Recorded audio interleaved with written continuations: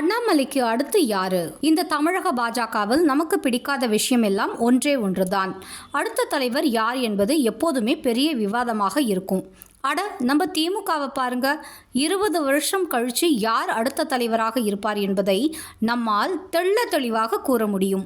அந்த அளவுக்கு சிம்பிளாக இருக்கும் ஒரே கட்சி திமுக தான். ஆனால் இந்த தமிழக பாஜகவில் அடுத்த மாதம் யார் தலைவராக இருப்பார் என்பது கூட புரியாத புதிராக இருக்கிறது. தலைவர் பதவிக்கு தகுதியானவர்கள் என்று எதிர்க்கட்சிகளே ஒரு 20 பேர் கொண்ட லிஸ்ட்டை கொடுத்திருப்பாங்க. ஆனால் பலமுறை அந்த லிஸ்டில் பெயர் இல்லாதவர்களை கூட தலைவராக உயர்த்தி ஆச்சரியப்படுத்தி உள்ளது தமிழக பாஜக. அதே சமயம் ஒரு தலைவராக தங்களால் சிறப்பாக செயல்பட முடியும் என்பதையும் அவர்கள் நிரூபித்து காட்டியிருப்பாங்க. அந்த வகையில் தமிழக பாஜக தலைவராக இருக்கும் அண்ணாமலை அவர்கள் ஒரு அபூர்வ ரகம். எந்தவித எதிர்பார்ப்பும் இல்லாமல் பாஜகவில் இணைந்தவர். ஆனால் கட்சி அவர் மீது மிகப்பெரிய எதிர்பார்ப்போடு அவருக்கு தலைவர் பதவியை கொடுத்தது. அட்ரஸ் இல்லாத கட்சியாக கிண்டல் செய்யப்பட்ட பாஜகவை இன்று பாஜக இல்லாமல் தமிழக அரசியல் இல்லை என்ற நிலைக்கு தமிழக பாஜகவை உயர்த்தி காட்டியிருப்பவர் அண்ணாமலை.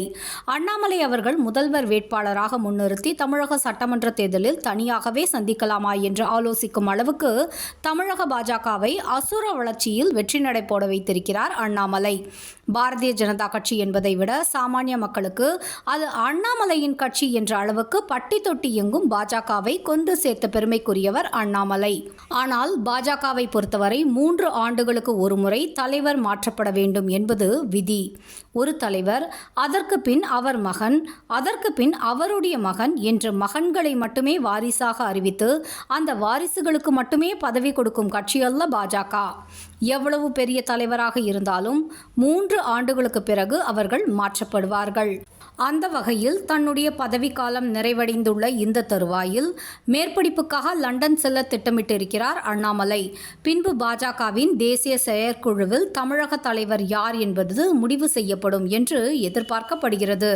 மீண்டும் அண்ணாமலையே தொடர்வாரா, இல்லை அண்ணாமலை மொத்தமாக ஓரம் கட்டப்படுவாரா என்ற அளவுக்கு விதவிதமான சூடான விவாதங்கள் தலைப்புச் செய்தியில் இடம் பிடித்துள்ளது.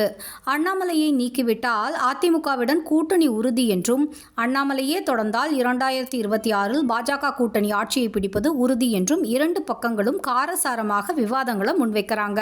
பாஜகவின் வளர்ச்சியை விரும்பாதவர்கள் அண்ணாமலை ஓரம் கட்டப்பட வேண்டும் என்று உக்கிரமாக செயல்படுறாங்க. பாஜக வளர வேண்டும் என்றால் அண்ணாமலை தான் நிலைக்க வேண்டும் என்று அண்ணாமலை ஆதரவாளர்கள் அடித்து நொறுக்கிறாங்க. கடந்த 3 ஆண்டுகளாக தமிழக அரசியலில் தலைப்புச் செய்திகளை புரட்டி பார்த்தால் அண்ணாமலை என்ற பெயர் நிச்சயமாக அதில் இருக்கும். அண்ணாமலை இவர்களை பொறுத்தவரை என்றுமே தன்னை ஒரு சாதாரண பாஜகவின் காரியகர்த்தாவாகத்தான் வெளிக்காட்டிக் கொள்கிறார். தேசிய தலைமை தனக்கு இட்ட பணி என்பது தமிழகத்தில் பாஜகவை வெற்றியடைய வைக்க வேண்டும் என்பது. அந்த பணியை நான் செவ்வனே செய்வேன் என்றுதான் அண்ணாமலை அடிக்கடி கூறுகிறார். மீண்டும் அந்த பணியை அண்ணாமலையிடமே ஒப்படைக்குமா பாஜக? இல்லை, அண்ணாமலையை போன்று வேறொரு அதிரடி தலைமையை நியமித்து அதிர்ச்சி அளிக்குமா பாஜக என்பதை பொறுத்திருந்து பார்ப்போம்.